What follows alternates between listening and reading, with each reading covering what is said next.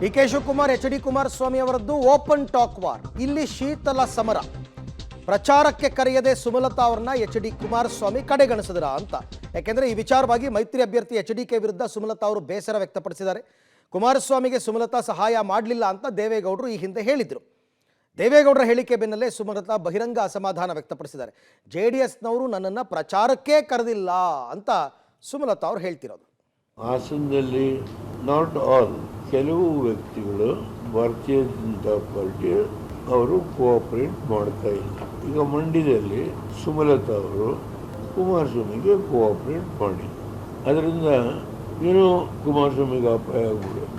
ಹಾಗೇನು ಅವತ್ತಿನ ದಿನ ನಾನು ನನ್ನ ಸೀಟ್ನ ಬಿಟ್ಕೊಟ್ಟಿದ್ದು ನನಗೆ ಇಷ್ಟು ಬೇಜಾರಾಗಿಲ್ವೇನೋ, ಬಟ್ ಈ ಒಂದು ಹೇಳಿಕೆ ನನ್ನ ನಿಜವಾಗ್ಲೂ ನೋವು ತಂದಿದೆ. ಕುಮಾರಸ್ವಾಮಿ ಅವರು ನಮ್ಮ ಮನೆಗೆ ಬಂದಾದ್ಮೇಲೆ ಈವರೆಗೂ ಅಲ್ಲಿಂದಾನು ನನ್ನ ಜೊತೆಯಲ್ಲಿ ಯಾರೂ ಫೋನಲ್ಲಿ ಮಾತಾಡಿಲ್ಲ. ಮೇಡಮ್ ಬರಬೇಕು, ನಮ್ಮ ಪ್ರಚಾರಕ್ಕೆ ಜಾಯ್ನ್ ಆಗಬೇಕು ಅನ್ನೋಂಥದ್ದು. ಇಷ್ಟು ನಾನು ತ್ಯಾಗ ಮಾಡಿ ಅದಕ್ಕೆ ಬೆಲೆ ಇಲ್ಲದಂಗೆ ಆಗುತ್ತೆ ಅನ್ನೋ ಒಂದು ಬೇಜಾರು ನನ್ನಲ್ಲಿ ತುಂಬ ಕಾಡ್ತಿದೆ. ಹಾಗಾದರೆ ನಾನು ಮಾಡಿದ ತಪ್ಪಾ? ಅಲ್ಲ, ಇಲ್ಲಿ ಒಂದು ವಿಚಾರ ಸ್ಪಷ್ಟ ಮಾಡ್ಕೋಬೇಕು. ತಪ್ಪ ಅಂತಂದರೆ ಕ್ಷೇತ್ರ ಬಿಟ್ಕೊಟ್ಟೆ ಅಂತ ಸುಮಲತಾ ಅವರು ಪದೇ ಪದೇ ಹೇಳ್ತಾ ಇದ್ದಾರೆ. ಅದು ಪಕ್ಷದ ನಿರ್ಧಾರ.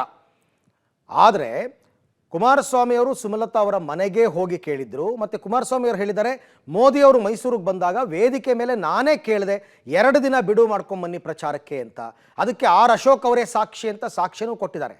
ಸುಮಲತಾ ಅವ್ರು ಹೇಳ್ತಾರೆ ನನ್ನನ್ನು ಕರೆದೇ ಇಲ್ಲ ಅಂತ. ಇದು ಹೆಂಗಾಗ್ಬಿಡುತ್ತೆ ಅಂತಂದರೆ, ಇವ್ರಿಗೂ ಇಷ್ಟ ಇಲ್ಲ, ಅವ್ರಿಗೂ ಇಷ್ಟ ಇಲ್ಲ, ಏನೋ ಒಂದು ಮೈತ್ರಿ ಆಗಿದೆ, ಆ ಮೈತ್ರಿ ಪ್ರಕಾರ ನಡ್ಕೋಬೇಕು, ನಡ್ಕೊಳ್ಳಿಲ್ಲ ಅಂತಕ್ಕಂಥದ್ದು ಮಾತಿನ ಸಾರಾಂಶ ಅಷ್ಟೆ.